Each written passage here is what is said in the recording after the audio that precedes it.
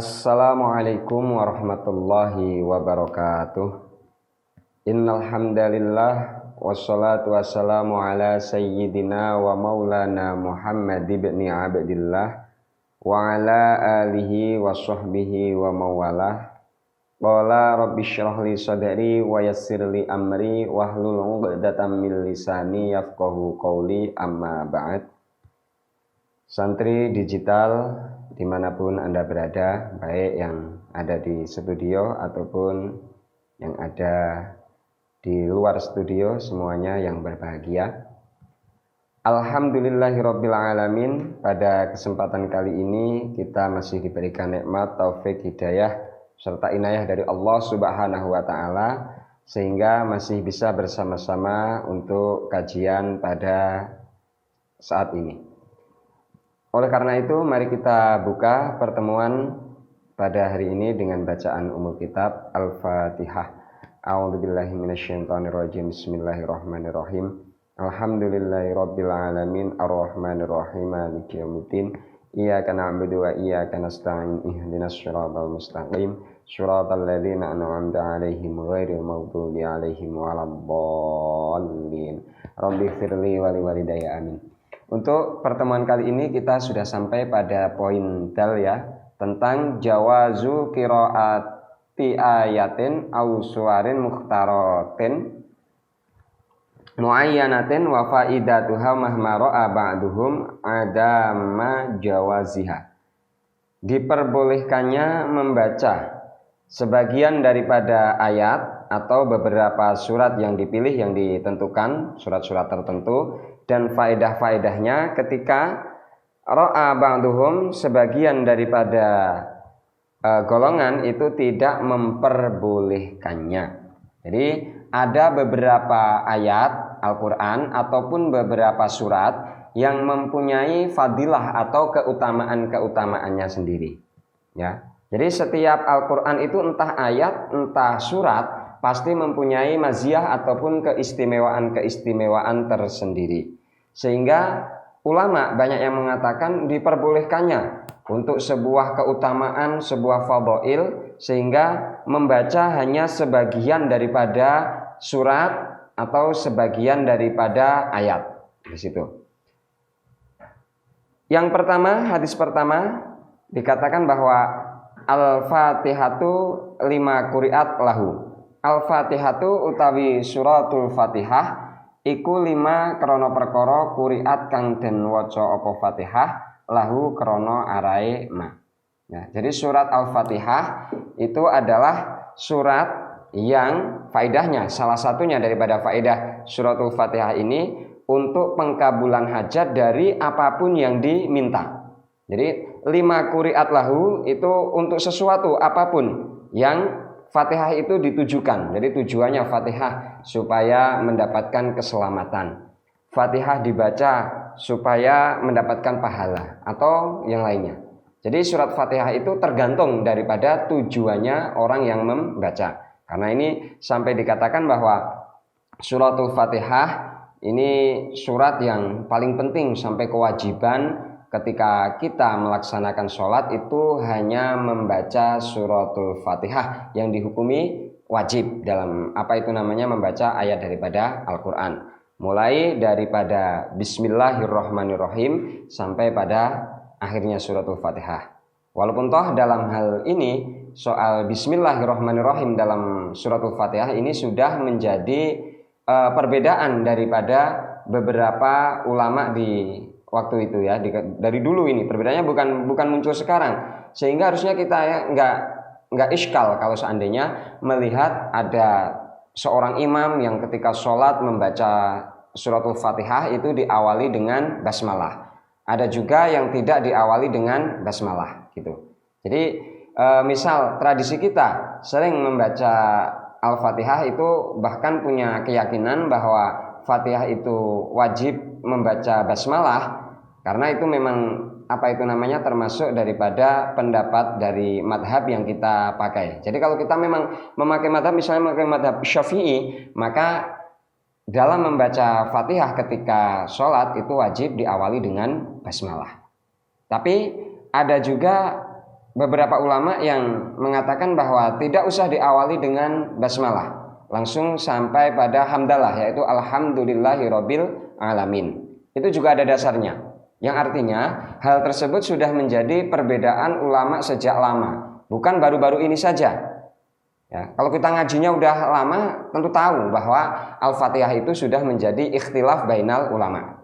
Saya bacakan bahwa Bismillahirrahmanirrahim, ikhtalafa al-a'immah fi qaulil basmalah minal Fatihah wa ghairiha minas suwari siwa surah Bara'ah. Ya, bahwa para imam sudah berbeda pendapat dalam keberadaan basmalah ini, termasuk ayat daripada Fatihah ataupun selain daripada Fatihah, ya, dari beberapa surat selain daripada surat Al-Bara'ah. Imam Syafi'i fadhahaba asy-Syafi'i wa jama'atun minal ulama ila annaha ayatun minal Fatihah wa min kulli suratin dzukirat fi awwaliha siwa suratul Bara'ah. Bahwa Imam Syafi'i dan beberapa jamaah ulama, perkumpulan ulama ini mengatakan Fatihah ini termasuk daripada ayatnya basmalah ini termasuk daripada ayatnya Fatihah, dan setiap surat yang di situ ada basmalahnya kecuali surat Bara'ah, ya. Surat Bara'ah atau surat At-Taubah ini yang tidak dimasukkan bahwa basmalah adalah salah satu dari ayat tersebut. Sehingga kita misalnya yang berpegang dengan madhab Syafi'i, maka ketika sholat membaca Fatihah wajib diawali dengan basmalah, ya. Karena memang Imam Syafi'i berpendapat bahwa basmalah adalah salah satu ayat daripada suratul Fatihah. Sehingga dalam kitab-kitab fikih itu diterangkan bahwa wahya ayatun minha, bahwa basmalah termasuk salah satu ayat daripada Fatihah. Dhannan laqat'an, gitu ya, tidak dipastikan yang adamit tawatur, gitu. Kemudian waqala bihi jama'atun minas sahabat. Jama'atus sahabat juga mengatakan bahwa basmalah itu termasuk ayat daripada suratul Fatihah.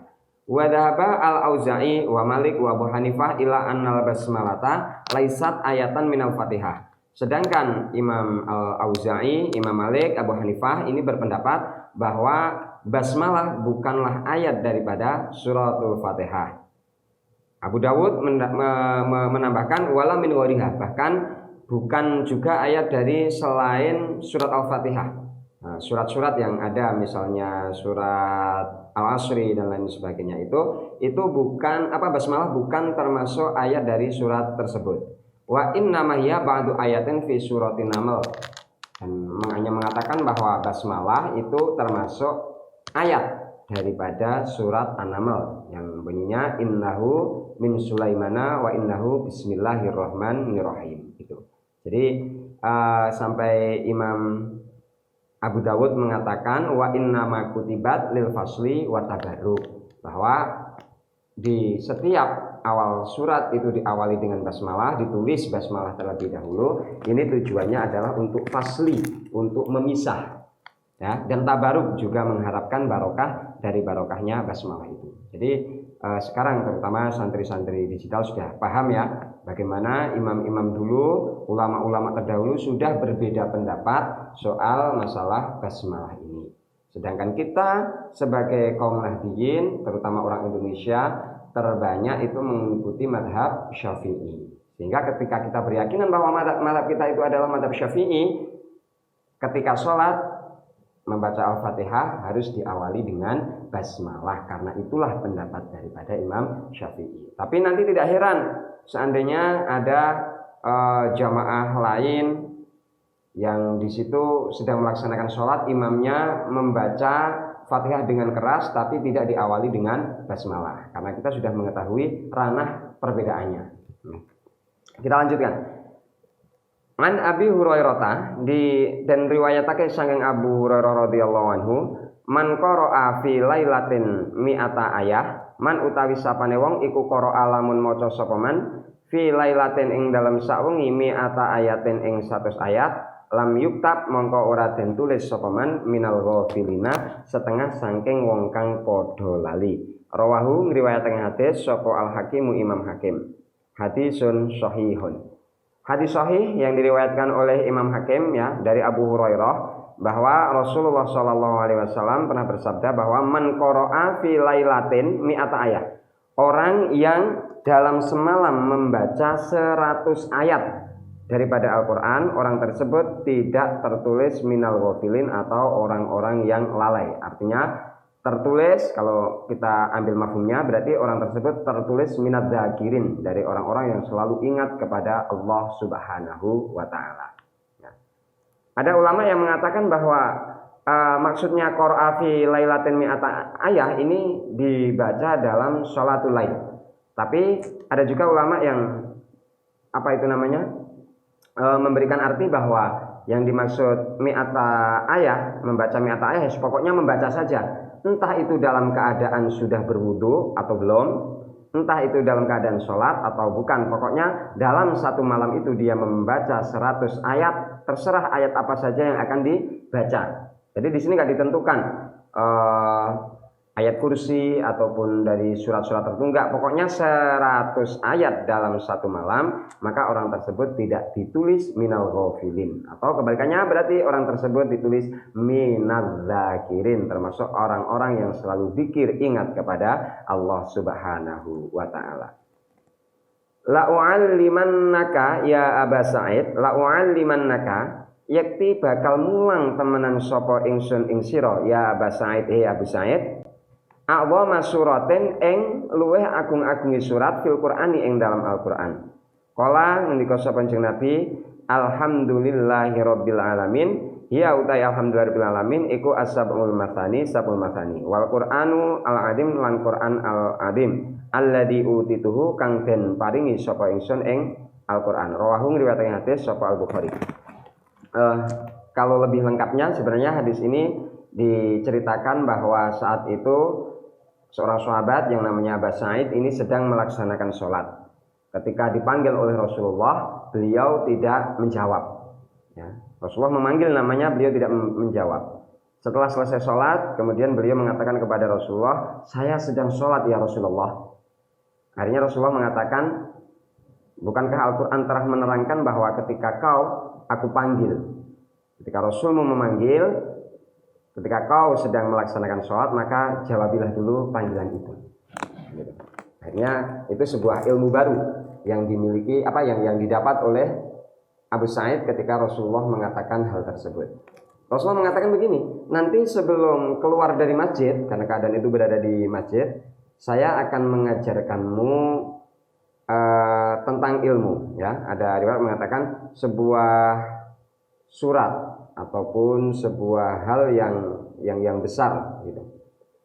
Kemudian sebelum keluar dari masjid, benar Abu Sa'id ini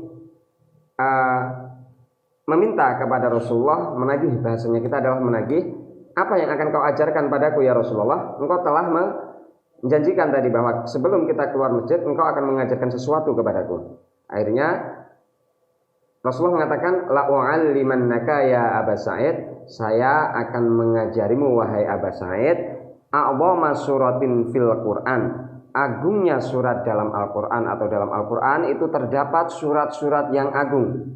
Kemudian Rasulullah mengatakan, qala alhamdulillahirabbil alamin, yang pertama adalah suratul Fatihah.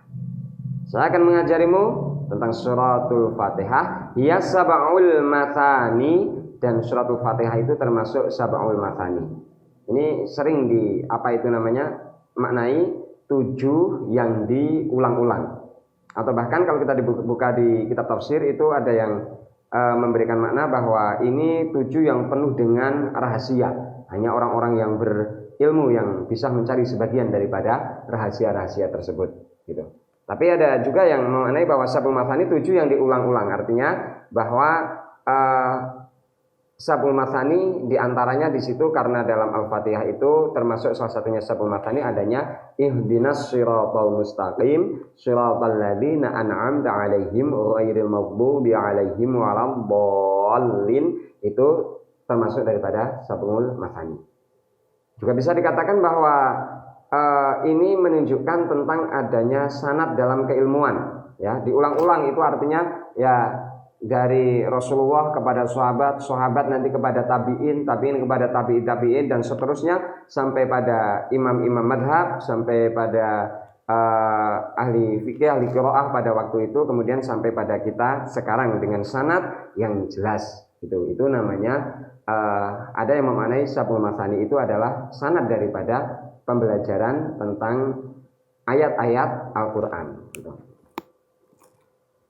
Sehingga bisa kita simpulkan dari sini, dari 3 hadis yang kita baca barusan, bahwa jawazu qiraati ayatin, bolehnya membaca beberapa ayat atau surat-surat yang tertentu dan faedahnya. Yang hal tersebut biasa kita lakukan misalnya dalam tahlil, yang biasa kita memberikan makna tahlil ketika ada orang meninggal, entah 1, 2 atau 3 harinya, ataupun 7 hari, 40 hari, itu kita biasa membaca yang pertama adalah suratul Fatihah. Itu sering kita baca. Bahkan kalau dihitung-hitung nanti biasanya tahlil yang lama itu tahlilnya ada 100 ayat atau tidak. Kalau mungkin ada 100 ayat berarti di malam itu kita membaca tahlil, kita tahlilan ya, kita tahlilan di malam hari itu berarti sudah membaca 100 ayat yang dimasukkan dalam hadis ini tidak termasuk orang-orang yang lalai. Gitu. Itulah sehingga rahasianya kenapa ulama itu dulu mengadakan tahlilan dengan bacaan beberapa ayat dari Al-Qur'an dan beberapa surat-surat pendek. Karena memang secara hukum itu sangat diperbolehkan dan juga ada maziyah ataupun keistimewaan daripada ayat-ayat, keutamaan daripada ayat-ayat serta surat-surat dalam Al-Qur'an tersebut. Mungkin itu dulu yang bisa kita sampaikan pada pertemuan kali ini. Tentu saja banyak kekhilafannya, mohon maaf yang sebesar-besarnya. Sebelum kita tutup, mari kita berdoa terlebih dahulu. Bismillahirrahmanirrahim. Subhanakallahumma wa bihamdika asyhadu an la ilaha illa anta astaghfiruka wa atubu ilaik. Sekian, wallahu a'lam bishawab. Wassalamualaikum warahmatullahi wabarakatuh.